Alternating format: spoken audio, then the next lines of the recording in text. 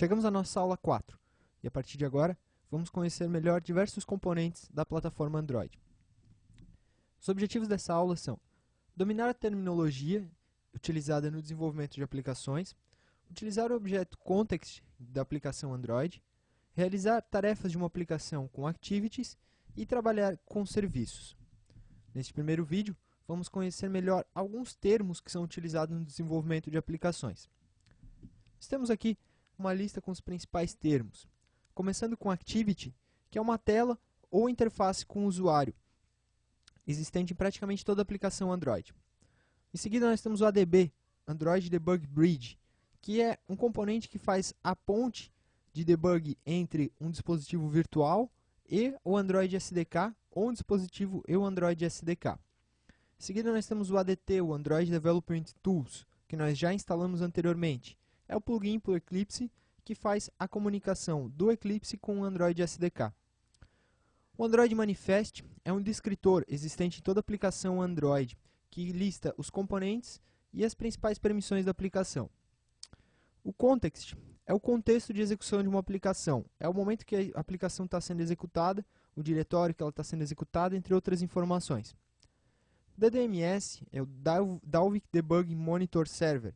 É um servidor que roda dentro da estação do desenvolvedor, que fica monitorando a execução de aplicações em emuladores e em dispositivos físicos. Alguns outros termos são o DP ou DIP, que é o Density Independent Pixel. É o quê? É uma unidade de medida que a plataforma Android criou, que possibilita ao desenvolvedor definir uma unidade de tamanho de tela que se torna independente da densidade da tela. Esse termo está bastante relacionado com o termo seguinte, o DPI, que é o Dots per Inch, ou seja, a quantidade de pontos que uma tela tem por polegada. Quanto melhor a qualidade da tela, mais pontos ela vai ter, melhor vai ser a resolução.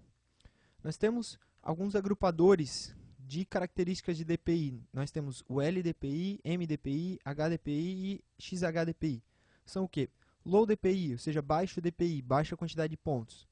MDPI, Medium DPI, quantidade média de pontos. HDPI, High DPI, alta quantidade de pontos. E XHDPI, Extra High DPI, ou seja, quantidade ainda maior de pontos por polegada. Na página do Android Developer, nós temos algumas informações, alguns detalhes a respeito dessa classificação, caso você fique interessado. Em seguida, nós temos o Eclipse, conhecido Eclipse, que é um ambiente de desenvolvimento que nós vamos utilizar continuamente. O emulador é um dispositivo virtual que nós vamos utilizar constantemente, já utilizamos antes, vamos utilizar até o final do curso, para simular a execução de uma aplicação em um dispositivo com Android. Ela é uma máquina virtual que roda o sistema operacional Android.